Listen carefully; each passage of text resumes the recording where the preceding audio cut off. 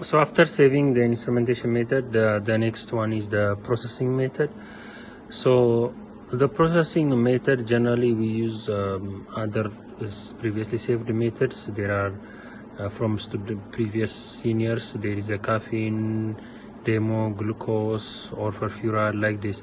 So there are different processing methods. So we can use those also, or we can use our own also. Like we can come here, we can create, and we can select processing method.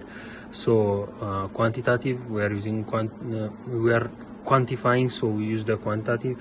So once we know that the retention time, at what time the peak is coming, which peak correspond to which compound, these things we can add also. Like click here to add new component is there, so we can add the name, and for example referral.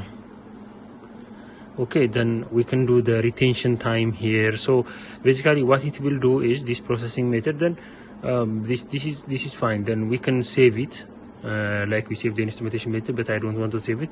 Then we can save it. Then this helps us, for example, when you go to the sequence, let's say from previous analysis, we can choose one where we can see the maybe HMF. So let's try this one. So yeah, so you can see here the name. So because you give it like at this minute plus or minus this compound comes. So HMF, for example, 5-HMF is coming around 33. So that it can label it for you. So that's the basic thing, the processing method. So once your sample is running, it will process it parallelly. Then it will give you the name also. So these things are helpful for the processing method. But if you know at what time your peak is coming and which is which, maybe you can use others processing method also. It doesn't matter.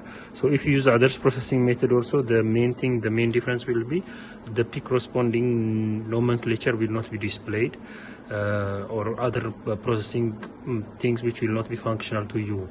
That's the only thing. But you can create your own processing method. Then the other one is sequence. So sequence is basically your sample.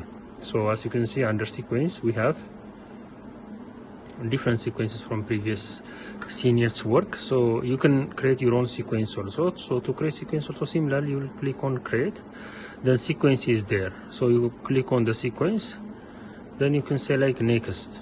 Okay, so name, for example, you can say test demo. Okay, so for beginning, just one, we can leave it as it is, no problem. So injection volume is 20. So because our this injector is also 20 microliter, as you can see. So we set it like that. Then we can do next. Then here, since we have already created this processing and instrumentation method, so you can browse and you can select whatever processing or instrumentation method you have created. So it will come here, so you can select that. Then other than that, maybe if you, I will show the reporting also. If you have a reporting template, like if you adjust some reporting template or platform, then you can browse that also. Then you can say next, then it will be auto, then it's finished. Okay, so object name, maybe let me say like test. Okay, test. Okay, so that will appear. So now it's created. As you can see now, test is here. So this is the sequence. So now whenever I want to run my sample, so it will be first one, I will inject it, then I will start, I will save it, then it will run. Okay, so it's like that. So now I will show how next I will show how to run your sample. Okay, then before that, maybe we can see some of the reporting methods are there. So I think we can prepare our reporting template also if we want. So different, like I said, different kinds of reporting templates are there. Some are with the default one is with graph with the retention time, so we use that one. So this is actually, this software is inclusive of all. Okay, so it's not this is for HPLC, but maybe this software is also compatible with some MS reports, mass spectroscopy, some bioanalysis. So for all these kind of things, cation analysis, so this software is basically versatile. So because of that, these templates are displayed here, but it will not be appropriate for our analysis, so we go with the default template. That's why. So in the default template, we can prepare our own, again, test. Okay, so this will be our reporting template. So it looks like this. So it will show injection, position, type, level, blah blah.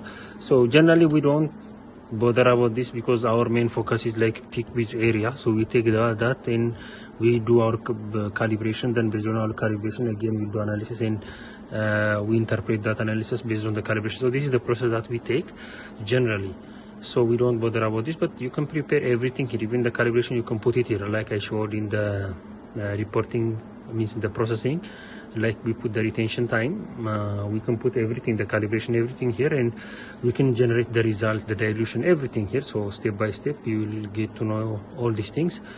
So now next I will show how we can do the analysis. Okay.